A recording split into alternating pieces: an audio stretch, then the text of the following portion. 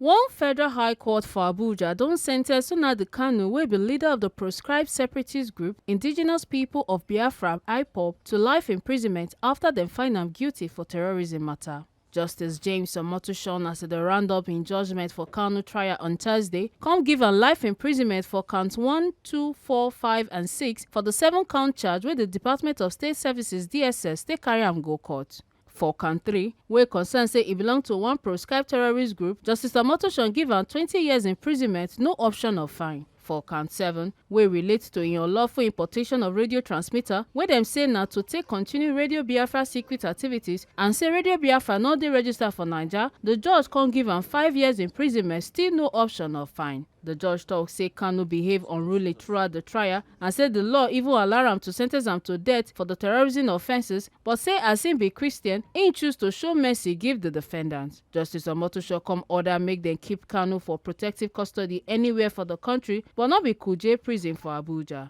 He also order say the radio transmitter go dey forfeited to federal government. Since we started this trial, I refrained from speaking to you as pressmen because the profession does not allow me to discuss with you what happened in the west of the court.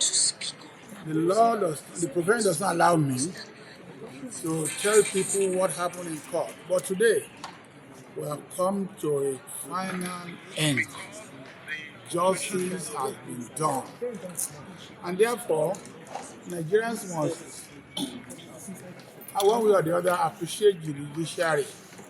You remember just last Monday, the president was saying, at any time when Nigeria is in a big trouble of things, judiciary has always come to the aid to salvage Nigeria. Again, the judiciary has salvaged Nigeria from the claws, from the oppression of the proscribed IPOB.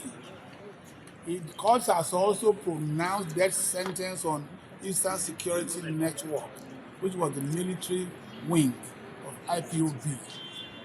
Today, God has brought an end to injustice, oppression, suffered by our brothers and sisters of the eastern states of Nigeria. They will not be able to sleep with their 2 eyes closed. What is important is that every Nigerian must consider issue of security as his personal business. When you look away, when you compromise, or when you show fear, you are encouraging the miscreants, the vandals, the criminals, the terrorists to fester. This issue ought not to have festered for that long. Nigeria is our own country. We have no other country we can call our own. Secondly, it is our responsibility as Nigerians to help the government by way of information. You had during the trial information concerning how several heads of human skull were used to bury a scandal, somebody who is a criminal. Some just because people were afraid.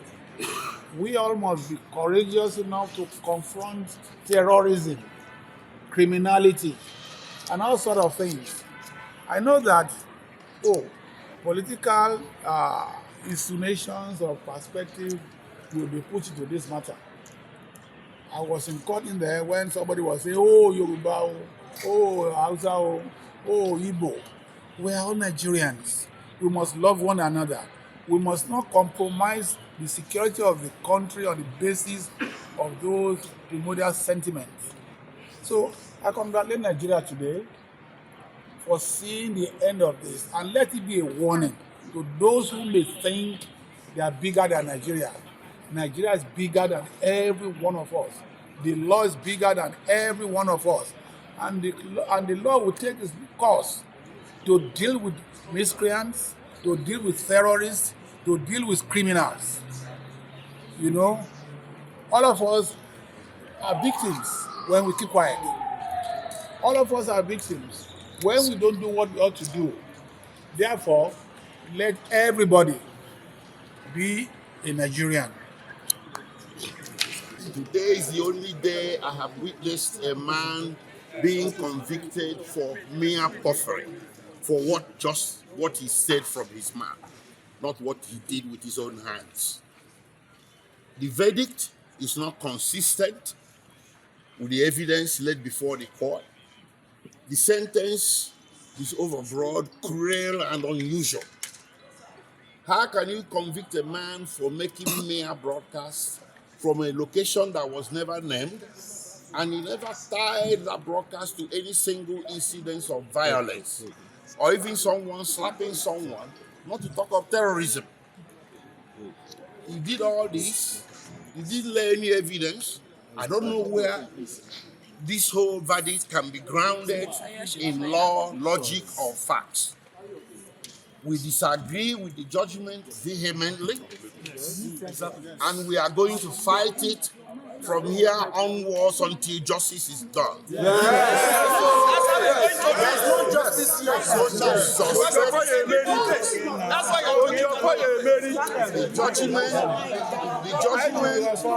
The judgment is not based on law. It's not based on facts. It's based on politics. It's based on some tribal, primordial sentiments. Just because Nnamdi Kanu is Igbo. An Igbo man has become the person in Nigeria that should be trampled upon. I'm not saying this because I'm Igbo. I'll say it for the Hausa or Yoruba who gets trampled upon. But today we saw an Igbo man being trampled upon, and by God Almighty, we are not going to allow it. It will not stand. Nobody is going to trample on me. Nobody is going to trample on Nnamdi Kanu. Nnamdi Kanu is not a terrorist. He's a man that was pursuing change. To pursue a separate nation of yours is not a crime. So in Nigeria today, if somebody says, don't be silly, you get convicted. Make another forget say, as we see him, now so we dey talk am, we not dey take blame. Ekata Ojesole, TMC News.